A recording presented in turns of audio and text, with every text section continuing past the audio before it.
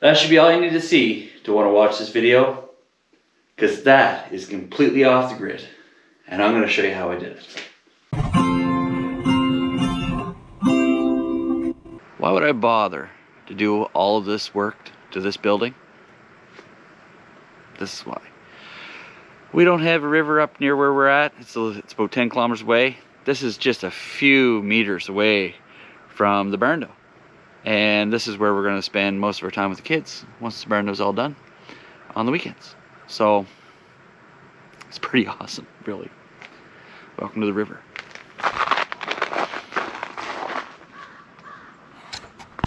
So if you're like me and you get frustrated at the fact that all the solar videos that are on YouTube either have these $100,000 systems with all these panel boxes on the wall, or you have the charge controllers that are the size of your palm of your hand, I decided that I was going to make a video about doing a moderate size system for weekend use, because that's what I'm going to be using it for. They seem to be really hard to find on the internet, and it's hard to get a very basic explanation of what to do. So that's what this video is. It's going to be me explaining in unprofessional words how I went through the process of building my solar system so that I could use it for 2 nights, 3 days, every other weekend, or as much as I decide to use after that. Maybe even every weekend. So that's what it looks like. That is it. And there's nothing more to it than that. I have decided to make a 12 volt DC split with a 120 volt AC system. It's a split system off of one solar system. First things first though, we're going to talk about why I did this and how I chose what I chose.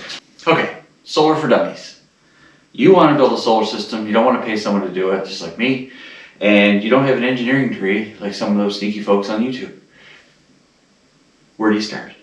You have to choose exactly how you're going to use it. In my case, if you're like me, going to be a weekend user, you have a remote location who has no access to power, decent amount of sunlight, possibly some wind, you can do this with wind, you need to be honest with your use. You're going to have to make some lifestyle changes, you're going to have to do some research about how you're going to do it, but I'm going to help you out here. I went with a 12 volt, 120 or 110 volt split system, and here's why. You have a whole lot of options, and this is where it gets really confusing for the average person. It sounds like science when you do it. You can go from 12 to 24, 36, 48, 60, 72, 96, and 110 volt battery packs. And then you have all the charge controllers for them, and you have all of the inverters for all those relative voltages. But the problem is, when you want to go buy lights, you only have a couple of different options. You either have 12 volt, maybe possibly 24 volt, or you have 110 volt. The reason that you only have those two things is because of supply and demand. Just like 17-inch tires on a car are cheaper than 19-inch tires because there's so many more 17-inch tires made in the world that they can sell them cheaper. Even though there's very little difference in size, the cost per unit is easy to market because there's more market for it. The 12 volt market is by far the largest market in the world, bar none.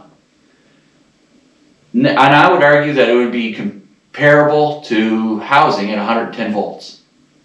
Europeans are on 220, which is overpowered here, but 110 is what you're used to in your standard home, apartment, wherever you're at. And that's typically where people want to go because that's where they're comfortable. But let's be honest, if you look at all the vehicles on the road, they have lights in them. They have stereos. You have campers. Campers have all of the features of a home in them. Everything from showers, hot water heaters, fridges. We'll get into that a little bit. And all the lighting. It's paired up so that it can be run off a 12 volt system.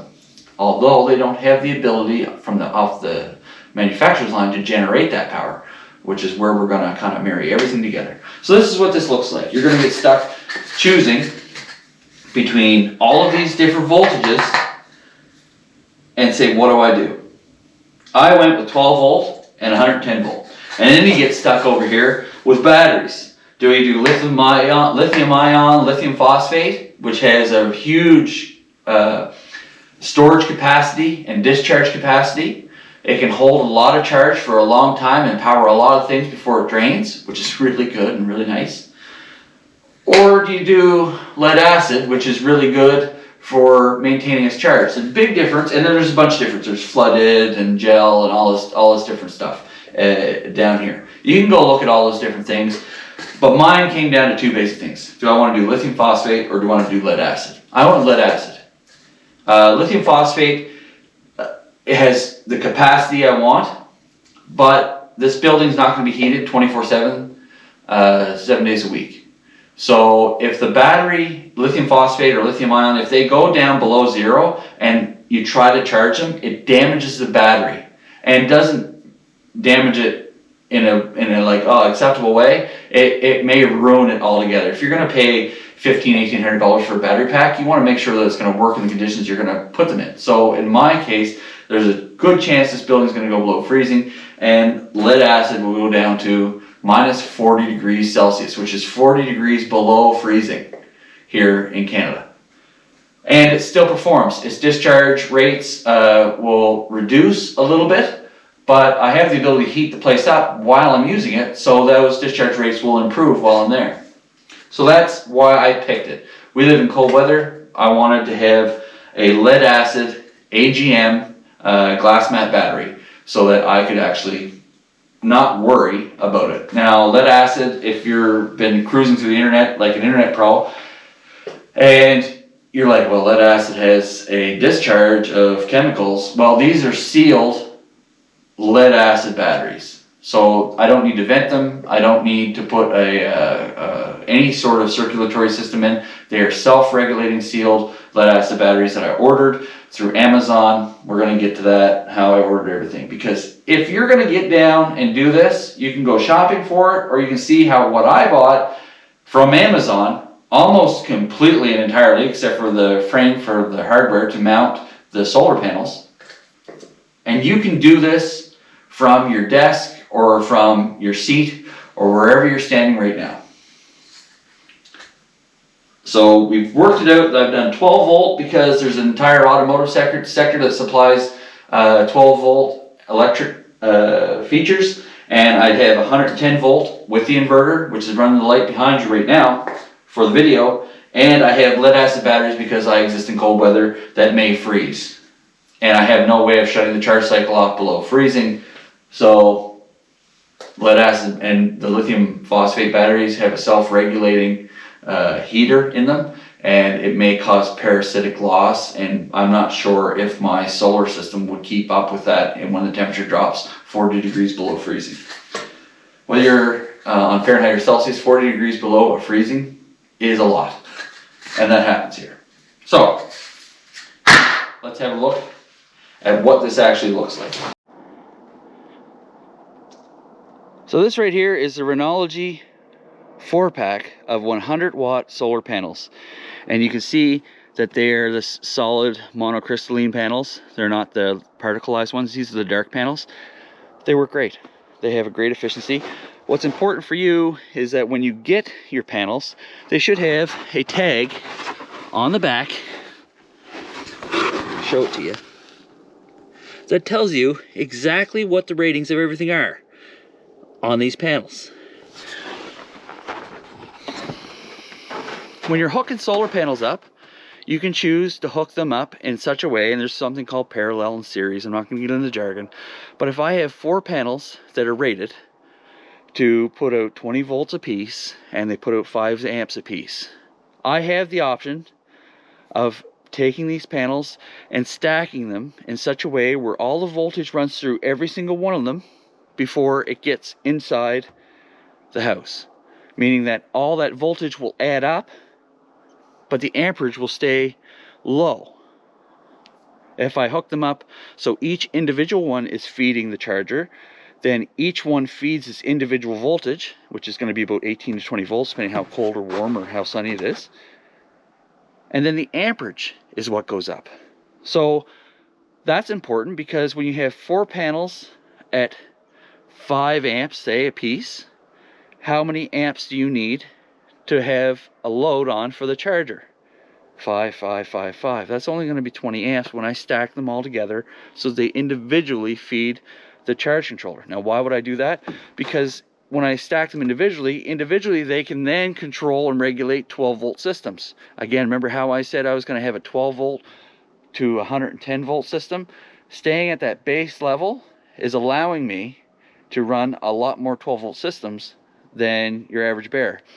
Now, if I went and I stacked these, you can put them, some of them together, so that would make a 24 volt parallel series combination, which you can do. You are stuck with having to upgrade a few different things, but there's really no general benefit because the system's not big enough to benefit from it. So, you'll notice that everything is at head height and higher.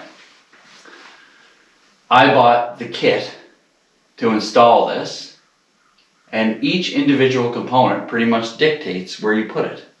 And so would I like to have a fancier layout and flashier design? 100%. But I didn't have any bulk supplies in order to make my own wires, nor am I going to invest another $500–600 just to recreate what was already in the kit. Just because I don't like the layout doesn't mean that I'm going to change what they give me, because I can make it work the way it is.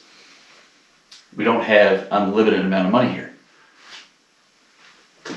I mounted the charger here because the wires pretty much ended here. And this was a fairly central spot that gave me enough room around it in order to mount things. The batteries are mounted up higher because the theory was that the building itself was going to maintain an ambient temperature. So far that's run to be true. Even when it got down to 10 degrees below freezing here, the building is still stayed at 7 degrees above freezing inside. So that is very helpful when it comes to any battery and maintaining battery life. And if that is able to be tracked in the future, I may switch over in the coming year to lithium phosphate, because if my batteries don't get below freezing, then there's no reason why I can't run a much more advanced and higher capacity battery for greater loads. So I have 3 different batteries. They're each 100 amp hours. That's a rating for the discharge of the battery. I had a 40 amp charge controller that came with the 4 panels together. It's rated for it. You remember each panel's 5 amps, 5.21 amps a piece actually, in peak. So if I got a 20 amp one with the 4 panels and I put them all together, I would be over 20 amps at 5.21 max amps. So you need a larger charger controller. So the next one up is a 40. You probably do 30. But the 40 was overkill. It has bigger cooling fins on it, which I liked. I went from, the wires come in, and you'll see PV plus, PV negative. That's photovoltaic positive, photovoltaic negative. You draw the screws in so that the little box shoves to the back, and then you tighten them up so the box sucks ahead and encapsulates the bare end of the wire. It's kind of a backward system because people are usually used to the 110 setup where you drop a screw into it and it crushes the wire. This one sucks it into a box and pinches it that way. This one here has battery out, positive and negative, and then there's load out, positive and negative. And then this is a temperature sensor that goes up on top of the battery that helps the charger regulate its output based on the temperature of the batteries themselves. That's kind of a nice feature. It's really nice actually, because everything is kind of automatically dealt with. Now you'll have to follow the instructions when you buy one of these on the manual in order to set up your individual charger based on the batteries you buy. Just because I have lead acid doesn't mean that's what you will have. There's several different settings. I actually have user specified settings that I customized in order to charge these batteries, and it allows you to do that. It's a nice feature of this charger. It's incredibly cheap. The RENOLOGY 400 watt pack with a 40 MPP charge controller from Rover Lithium. This setup was $600 to my door, shipped through Amazon. The RENOLOGY batteries that are lead acid that work in sub-zero temperatures for 100 amp hours a piece were $250, all Canadian prices each. And then the pure sine wave inverter is a 3000 watt 12 volt input inverter that winds the 12 volts up to 110. We're going to talk about that in just a second. The 3000 watt inverter was $450. So all in, we're just over $1,000 for the setup, and we haven't touched lights or anything like that yet. And I bought some more stuff. I have monitors and controllers that I haven't put in yet. But for the basic system that has all the same features that I'm going to be adding to the next floor so I can read it from upstairs, this right here has everything you need to get going. So we've gone from the panels, we've hooked them all up together so that they're providing 20 volts from each panel individually and 22 amps of power here. If I hook them all together in a string, they're providing 80 volts and 5 amps. In this way, I'm going to keep it at 20, and it's not going to make any difference at all in this size of a setup for the weekend. Before I used this system yesterday, just so you know, I drained the batteries down to 80%, and I got here at 9 o'clock this morning, and between 7 o'clock at sunup and 9 o'clock, the batteries were charged off just 200 watts because I don't have two of the panels set up yet. Just in that 2 hour period between sunup and when I got here, the system was already at 100%.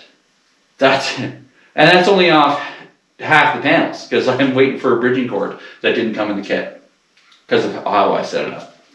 And that's another thing. Just be aware that how you orientate things. After I learned my lesson about connecting them together because of how I mounted it, I had to buy a bridging cable. They actually mentioned this in the website. I just didn't read because I'm lazy and I thought I knew everything at the time. When it comes down to it, it cost me another $30 in order to buy the cable to bridge the two different sides of the panels together so that they could all collate into this charger. I'm only running this off two of them right now, which is pretty proof of concept. So we have all the batteries hooked up. They're all hooked up so that they stay in 12 volts and they're piled on each other. So positive to positive to positive, ground to ground to ground. And then from that positive, on the very top, it goes to the charge controller. And I'll do a little video of this after here. Hopefully overlay it and show you exactly what the layout is of going from the back positive all the way to the front positive and then going up into the inverter. Inverters are difficult to understand when you don't have a science degree and engineering degree in electronics. But ultimately, the way that it works, and I'm explaining to you, if your desired output is 120 volts and you have 12 volts that's going to be going into it from the batteries, because that's what's being charged up here, 12 volts. The 12 volt input has to make 12 jumps, or has to make 10 jumps for every one jump in the wave of 100 of the voltage AC. So it has to go around pretend that 1 volt is a coil or a can. It has to go around that can 10 times to make it 1. And that's what the inverter is that it's like a capacitor that builds up electricity and stores it to such extent that it will come out at a higher rate despite being at a lower rate on the input side. Now what happens is that the ohms, which is what compresses the electricity into having resistance. When you squish a lot more electricity into one spot, you increase the ohms, which is the resistance of a thing. You also generate a byproduct called for heat, and heat is probably your biggest enemy. If you overload this inverter, you're going to generate so much heat that you can melt things down, which is why it comes with a fuse in itself integrated, and you're going to be able to hopefully rely on that as long as you don't overload it. So the rest of the 110 stuff is in this building in the future that you'll see go in future videos. Subscribe if you haven't already. 3,000 watts, of inverter available to 4 or 5 different Edison plugs upstairs for your standard items for the household. Everything else that I can pull out of the camper automotive sector, such as lights, is going to be run off 12 volt, and maybe even more. If I down the road get a chance to do a well or something like that, we will make up some version of a well pump that runs off 12 volts. We will make up something to make that happen, because the effort to go from 12 volts to 110 volts takes so much more energy. You pretty much cut these batteries into 1/10 directly of their charging capacity, because you're using something that requires so much effort to go up to such higher voltage. So the more that I can use on 12 volts, the better it is. And from the inverter, so I can shut the inverter off, I can turn it on, and I can isolate it. It's going to have some sort of a parasitic draw. Parasitic draw is when you have electronics hooked up that are off, that are still using power. That's because the power is going to go into that inverter and it's going to occupy the motherboard. And it has to go somewhere. It has somewhere it needs to be. So the inverter has a job to do. It's still going to do it when it's hooked up. So you just want to make sure that you have enough battery to address the parasitic draw, and the fact that this thing charged within less than 2 hours of being here this morning. That's kind of a great thing. There's going to be no issues with keeping up with parasitic draw on the system that's already hooked up. And if you look way up in the corner, that little item's hard to see, but that is an automotive style standard 12 volt fuse box. It bolts to the wall. I have the positive taken off the inverter here on the DC side, and I ran it into the fuse block. There's only one fuse in it right now because there's only one system, and you saw that system working whenever I first started this video. I have 12 volt lights downstairs. Otherwise, there'd be no light down here at all. One of the big things, and I'll show you what it is because I have a 110 volt light on right now. Here's the difference for 110. Shut that off. And these are the 12 volt lights. That's kind of cool.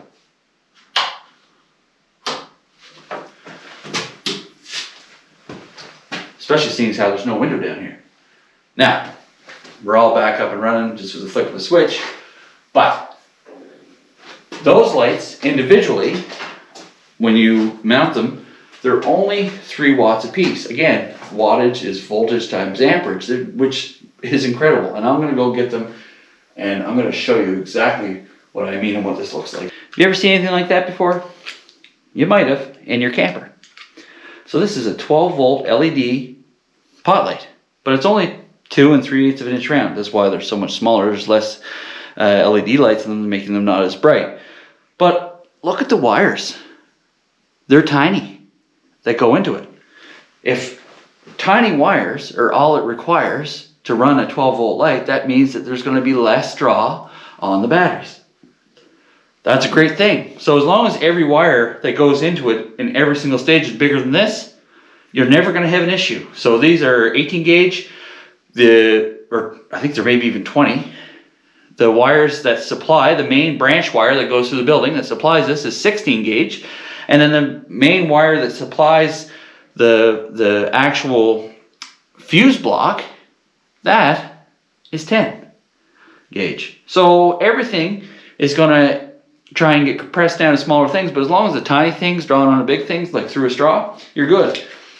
This is a 12 volt light switch. You may recognize this from a camper. Again, these cost about $5 each. This costs about $11. And there's your light switch. And all you do is when you hook up your individual setup, when there's a power wire coming from your source, you put this in between the power and the light. You don't put it between the ground, because if you go to change these out at some point in time, you're going to be stuck with power live and when you turn the light switch off. So you want to hook up the light switch in line to break the power, the positive, so that whenever you go take it apart and you might possibly touch something, you want to be able to not get shocked or take any voltage or any risk, anything like that. Shutting the power off is the only way to actually prevent that from happening. Otherwise, the ground doesn't do anything because the ground doesn't actually have any live power to it. So you hook this up simply as a break in the power to the entire series of lights, and then you can turn them on and off, just like you saw there. Power source, wire to switch on one side, wire out a switch on one side, and then attach it to the positive side of this terminal, hook it up to your light, and then ground your other wire. You're good to go. So you're likely wondering how these 3 watt 12 volt lights mount. They look kind of different to your regular lights. They're very thin, low profile. There's not a whole lot to them. Hole saw.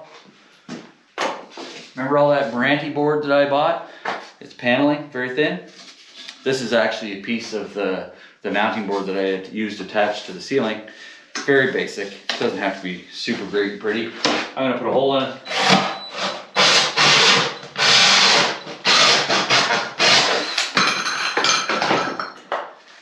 Your hole.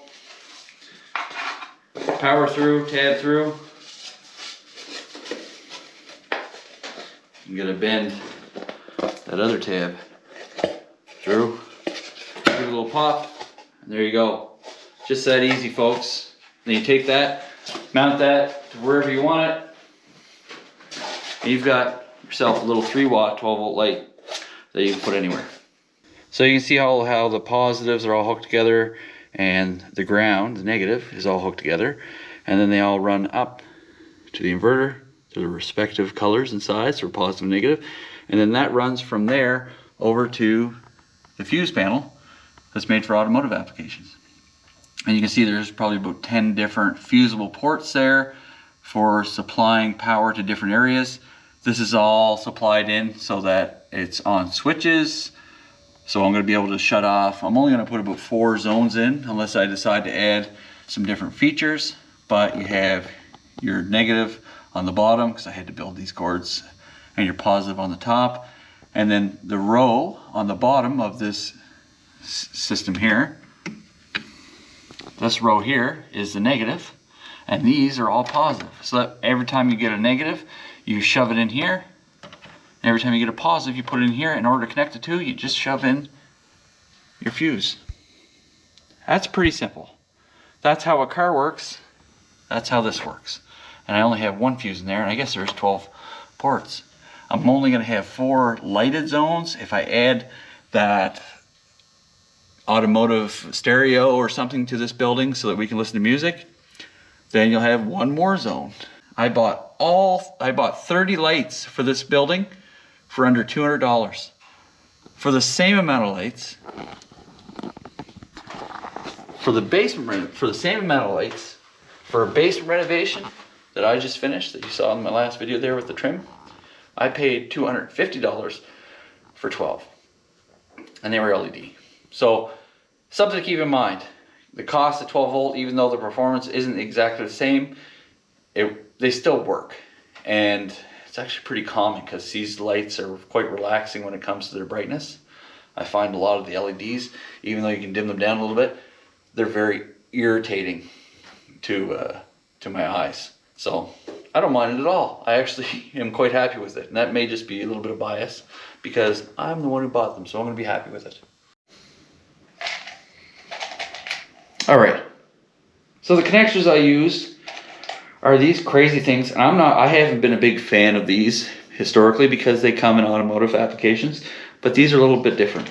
These are Wi-Fi, some Chinese company, T-tap connectors, T-tap, and these are 18 to 14 all wire gauge. I have 16 all wire gauge up top here. And what happens is they come with the bar connector, and you pinch this over the wire. The wire is through there, it collapses and it connects to the wire through the sheathing, and then what you're left with is a slot which actually slides into there. And that is how I connected all those little 18 gauge wires to the 16 gauge wires, or 20 gauge wires to the 16 gauge wire in every single light. They're a little finicky because they bend inside here and stuff like that, but once you get them straightened out and hooked up, they work just fine. It's what a handy way to do it, and it works. It actually works. Works first try. Have a pair of pliers in order to pinch these together because these are really hard to push together. They have little grips on either side. I use the electrical connector pliers in order to squish them on. It's a 12-volt system. That's what they're made for. And if I decide in the future to hook up, which you may need this too because I'm 100% off grid. I'm also 100% right now off of gasoline. There is no generator because it's weekend use. If I decide to use this building for say a week at a time in the summertime, I'm going to put in a different charge controller, and I will end up put a switching mechanism in so I can switch it from solar charging to generator charging and boost those batteries back up and run everything off of the generator temporarily. I'm not going to run the entire building off the generator. I'm just going to run the batteries off the generator to charge them, to put some more power in it. And that comes from knowledge from watching everyone in the sailing world. That's what they do. They have backup generators to run and charge the solar systems that are then designed to deal with the sensitive electronics that are in the boats. The generators don't directly feed the boat itself because the generators themselves typically have too harsh of a voltage when you can have a specific controller, charge controller, to put that power into the batteries, which will then soften it up to go through the boat, the building, and so on and so forth. So that's my take on it. That may not be what you do or what you take from it, but that's my version of what's going to happen. This video has been a lot of me talking. I know your guys' attention span, if you've got to the end of the video right now, thank you very much. Please consider subscribing and share the living snot out of this, because I know out there, based on watching the videos on YouTube right now, we are a big part of this segment in solar, and a lot of people want to stay tied to the grid. A lot of people want to stay hooked up to all these different services, and they're scared to death to do this. And with a flick of a switch, I just showed you, you don't need that, especially if you're a weekender just like me.